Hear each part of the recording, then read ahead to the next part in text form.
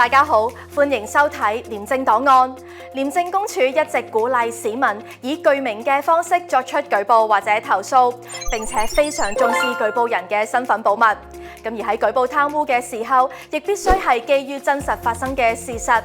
若然有人濫用檢舉機制，為實現個人目的而去誣告他人或者虛構犯罪，就需要承擔嚴重嘅法律後果。我哋一齊嚟睇下以下呢一宗案件。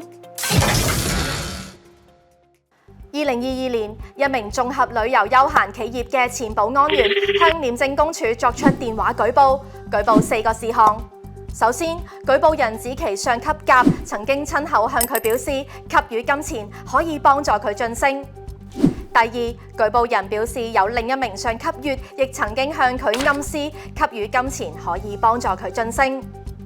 第三，舉報人仲指出有兩名不知姓名嘅外籍保安員親口同佢講，佢哋曾經向高層給予金錢，然後獲得晉升。最後，舉報人又指公司相關部門嘅總監以及人事部某職員亦有參與以及包庇。就上述情況，舉報人聲稱曾經向公司管理層反映，同時亦曾向當局投訴被不合理解僱。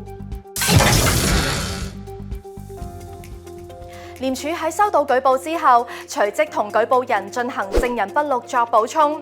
然而喺過程裡面，舉報人親口承認舉報嘅目的只係為咗洩憤，喺明知上級甲冇任何違法行為嘅情況之下，向廉署作出誣告。